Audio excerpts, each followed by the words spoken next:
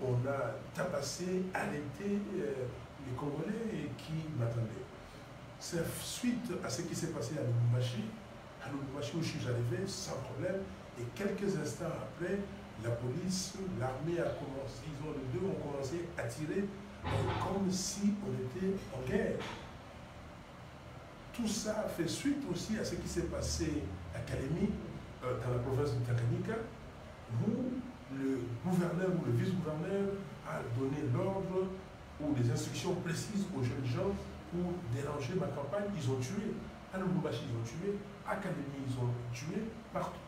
Et ils m'ont interdit d'aller ailleurs, d'aller par exemple à Kolwezi, continuer ma campagne, ou de retourner à Lubumbashi pour prendre mes effets et continuer ailleurs. Donc tout ça, ce qui s'est passé hier, a fait suite à ces plans montés contre ma campagne parce que je batte à plate couture son naufrage. Qu'est-ce qui vous a été dit hier? Ce qui m'a été dit hier, c'est que le gouverneur de la ville de Kinshasa a pris une mesure interdisant toute manifestation de candidat président de la République, et il savait hier que j'étais le seul à revenir ici et avoir une manifestation. Pourquoi il ne l'a pas fait avant? Et pourquoi on ne l'a pas fait sur toute l'étendue du pays? Parce que ici, tout est calme. Quelles sont ces informations faisant croire que mes supporters allaient créer des incidents? Si eux sont là pour protéger la population, pour assurer, la protection de la population et des manifestations sur les lieux publics, quel est le problème? Le gouverneur devait faire son travail, et s'il y avait des incidents provoqués par des inciviques, et ces inciviques devaient être arrêtés.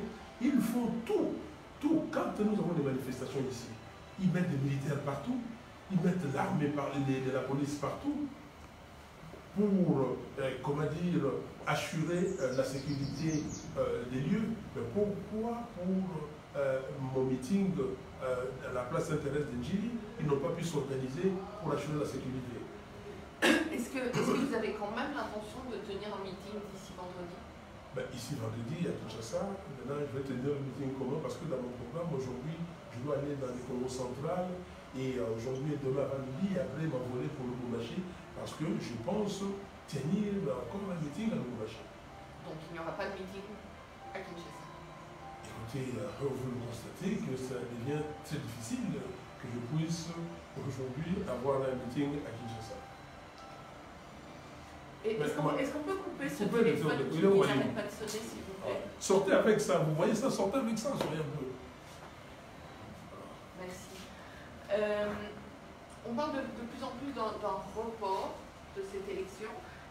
Est-ce que ce report vous a été confirmé, et qu'est-ce que vous en pensez? Écoutez, nous avons eu des rumeurs, mais la coalition Lamuka a signé un communiqué hier soir, donc disant que non, on ne peut pas reporter les élections parce que M. Nanga a dit qu'il y aura élection le 23 décembre 2018, qu'il pleuve, qu'il vente, qu'il neige. Il a assuré toute la communauté nationale et toute la communauté internationale qu'il y aurait élection.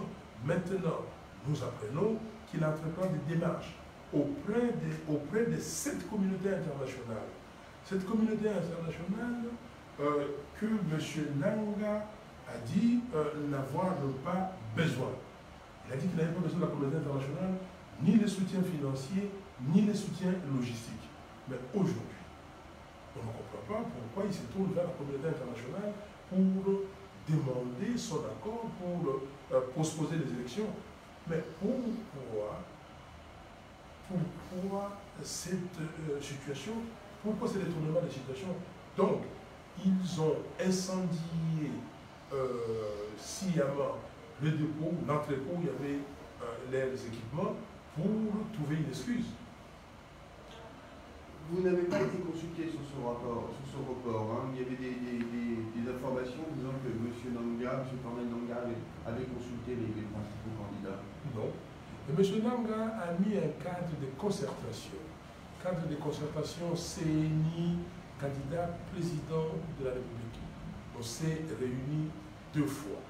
Si ma mémoire ne me fait pas défaut, c'était le 4 et le 9 novembre. Et on n'a jamais continué. Nous, un groupe de candidats présidents de la République, nous avons écrit il y a une dizaine de jours, il y a une douzaine de jours, nous avons écrit à M. Nanga, lui demandant d'organiser une réunion dans ces cadres-là, les cadres de concertation, pour qu'on puisse éclaircir le sport, notamment la question sur la machine à voter et la question sur le fichier électoral, donc les 10 millions d'effectifs. On a reçu une réponse disant que oui, maintenant vous voulez avoir une réunion, on aura une réunion. Mais jusqu'aujourd'hui, on n'a pas de réunion.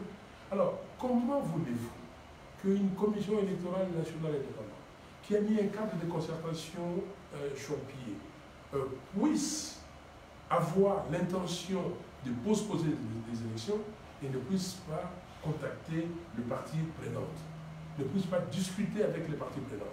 Or, tout doit se faire par consensus. Le Conseil de sécurité était ici au Congo, à Kinshasa. Et ce Conseil de sécurité a demandé à toutes les parties prenantes de trouver un consensus sur tous les points qui posaient problème. Les évêques de la SENCO ont demandé à toutes les parties prenantes de faire un effort, de se dépasser pour trouver un consensus. Nanga, M. Nanga, avec son arrogance, continue à défier tout le monde. Et aujourd'hui, on apprend qu'il y a des réunions qui sont organisées entre certains membres de la communauté internationale et M. Kabila. Qu'est-ce que, et pour les réponses des élections, qu'est-ce que M. Kabila vient faire dans cette affaire? Quelle est son implication? On ne nous a pas dit que la Commission électorale nationale est indépendante, que c'est elle qui devait organiser les élections sur tous les plans. Quelle est l'implication de M. Kabila? Donc on comprend bien que c'est M. Kabila qui dirige la CNI. Donc nous trouvons cette situation assez loufoque. Nous trouvons que ce comportement de M. Nanga, c'est un comportement qui viole les lois de la République, qui viole la loi électorale, qui viole les calendriers électoraux. C'est un manque de respect total au candidat président de la République. Si cette élection est effectivement reportée, si c'est annoncé cet après-midi par exemple, quelle est votre réaction? Mais la réaction est déjà faite. Je vous ai dit que nous avons lancé un communiqué. Oui, mais concrètement, ça veut dire quoi? Concrètement, vous allez voir ce que nous allons faire. Nous vous le dirons. On organisera certainement une conférence de presse pour vous le dire.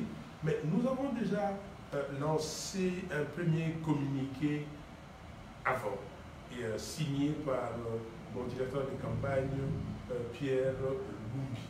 Dans ce communiqué, il y avait 3 choses.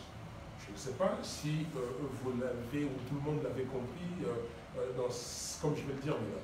La première chose, c'était que nous ne boycottons pas les élections et nous insistons, et c'est langage-là, depuis le début, on a dit qu'on ne boycottait pas les élections parce que le gouvernement Kabila faisait croire à tout le monde que l'opposition, en tout cas de l'AMOCA, l'opposition n'était pas prête pour les élections. C'est comme ça qu'on trouvait des excuses pour ne pas aller aux élections. Pas de boycott. Deuxième message de ces communiqués, c'est qu'on n'acceptera pas un quelconque report. C'est inscrit noir sur blanc. Et c'est le plus grand message. Le premier et le troisième, c'était pour donner, dire aux gens, voilà, allons aux élections. Troisième message. Le troisième, c'était, puisque vous voulez prendre le prétexte et que vous n'avez pas imprimé le bulletin des votes, et que matériellement, il n'y a plus de temps pour les imprimer. Et vous avez dit aussi, vous-même, que la machine à voter ou les machines à voter peuvent imprimer le bulletin de vote. Alors, imprimez le bulletin avec ces machines, donnez aux candidats, aux électeurs, pardon, et les électeurs vont jeter dans les urnes. Et seulement, nous allons compter les, nous allons faire les comptages de ces bulletins. Nous allons compter les voix qui proviendront de ces bulletins et les résultats devraient être annoncés sur base des PV et des bureaux de vote. Et c'est pour cela cette pression a fait que M. Nanga est parti Banou Militari en Afrique du Sud pour commander les PV. Donc il n'avait même pas l'intention de commander les PV. Pourquoi? Parce qu'il voulait utiliser un vote électronique, des résultats transmis par voie électronique, et il a dit lui-même, il a répété 3 fois que le 25 décembre 2018, les Congolais vont fêter la fête de la nativité en ayant, comment dire, les noms de leur président de la République. Donc, résultats transmis par voie électronique, et ils sauront les noms qui sera président de la République. Et maintenant qu'il a commandé les PV, et que les PV arrivent, donc nous voulons qu'il organise ces élections. Vous redoutez une fraude? Vous redoutez une fraude électorale? Bien sûr, la fraude est organisée depuis. Vous savez, la fraude électorale, c'est comment? La fraude électorale commence par les découpages électoraux. Ça, ils l'ont fait, et bon, c'est passé. Deuxième élément de fraude, c'est les fichiers électoraux. Et vous savez que dans ces fichiers, il y a 10 millions d'effectifs. Ça, c'est une fraude. C'est-à-dire, nous nous basons seulement, nous allons aux élections avec 30 millions d'électeurs, et ils ont dans leur judiciaire les 10 millions qui peuvent mettre à tout moment dans les jeunes effectifs et annoncer les résultats. C'est pour cela, ce n'est pas fini. Nous avons demandé à M. Nanga d'organiser cette ultime réunion de concertation avec les candidats présidents pour donner nos solutions. Par exemple, pour ces électeurs fictifs, qu'allons-nous faire? Parce que les électeurs fictifs, le jour même des élections, on peut trouver un mécanisme pour savoir si c'est lui qui est sur le registre des sans empreintes, si c'est la personne qui se présente réellement, on peut faire un PV sur place et les reconnaître et approuver, attester que la personne existe réellement. Parce que vous le savez que dans certaines provinces, ils ont enregistré des morts, ils ont enregistré des enfants, et c'est pour cela qu'ils n'ont jamais implémenté cette recommandation de l'OIF disant qu'il faut faire la lumière sur les 6 600 000 sans empreintes, sur les 2 400 000 qui n'ont pas toutes les empreintes, sur les 500 000 cartes d'électeurs qui ont disparu, et sur les mineurs ainsi que les militaires qui se retrouvent dans le fichier électoral. Dans cette optique, est-ce qu'il ne vaut pas mieux 1 ou 2 semaines de report plutôt que des bureaux de vote qui ne sont tout simplement pas équipés, qui n'ont pas de bulletin de vote, pas de fichier électoral? 1, 2 semaines, 3 semaines, 4 semaines, 1 mois de report. L'OIF a rendu les conclusions de son audit le 25 mai 2018. Voyez-vous, depuis le 25 mai 2018, ils n'ont pas pu implémenter les recommandations. Et vous pensez que dans 2-3 semaines, ils vont le faire? Le Westminster Foundation for Democracy est venu ici au mois de septembre, a fait des recommandations, les 15 recommandations. Et ces recommandations pour la machine à voter n'ont pas été implémentées. Et vous pensez que dans 2, 3, 4 semaines, ils seront à mesure d'implémenter? Non. M. Nanga a cherché des stratagèmes, comme M. Kabila d'ailleurs, pour que les kabylistes demeurent au pouvoir. Et là, ils ont vu qu'on a déjoué leur piège, on a déjoué leur stratégie, ils ne savent pas sur quel sein c'est voué. Donc aujourd'hui, nous demandons à tous les Congolais d'être vigilants. Et les Congolais sont vigilants, ils ont compris. C'est pour cela que vous voyez le plébiscite Fayoulou. Partout où vous allez, le petit enfant, 4 ans, Fayoulou, j'étais dans les villages. Où je ne comprends pas comment les jeunes gens scandent le nom de Fayoulou à tout bout de champ. À Kalemi, je vais vous donner l'exemple. On nous a barré la voie principale. La voie principale où tout le monde nous attendait. Nous avons pris des voies détournées. Mais quel était notre étonnement de voir que dans ces voies détournées, dès qu'ils attendaient pile, et tout le monde venait, même les petits enfants. On ne pouvait pas les souffler à ce moment-là, le nom de Fayoulou, mais qui criaient Fayoulou, Fayoulou. Donc ils ont compris ces plébiscites Donc c'est comme ça qu'ils sont en train de trouver d'autres moyens, d'autres excuses pour trouver les retards et s'ajuster dans leur tricherie. Je peux vous le dire, s'il n'y avait pas ces plébiscites, il y aurait élection sans hésitation le 23 et Nanga serait passé ici avec toute arrogance pour dire que je vous ai promis d'organiser les élections et je les organise, et ceux qui ne s'étaient pas préparés, qu'ils aillent au diable. Je repose quand même ma question par rapport à votre réaction, parce que bon, ce report semble quand même très probable. Dans ce cas-là, boycott, vous appelez à la manifestation, ou vous attendez et vous allez à l'élection. Ma réponse est tout aussi, comment dire, la même. Je vous le dis, ma réponse. M. Nanga reporte les élections en vertu de quoi? M. Nanga reporte les élections en consultant qui? M. Nanga est seul maître à bord, ou il est seul maître à bord avec M. Kabila et le FCC, et que les autres ne comptent pas. M. Nanga consulte la communauté internationale en vertu de quoi aujourd'hui? Nous avons dit que la communauté internationale devait être là parce que nous avons besoin de cette communauté internationale. Nous connaissons nos faiblesses. On n'a pas assez de moyens financiers et logistiques pour organiser ces élections. Et la communauté internationale nous a offert ces bons services. Et nous n'avons pas voulu. Quand je dis nous, Nanga et Kabila n'ont pas voulu. Ils ont dit que les Congos organisaient seuls ces élections. Et maintenant, il y a un cadre de concertation. Je vous dis la même chose. Ce cadre de concertation sert à quoi?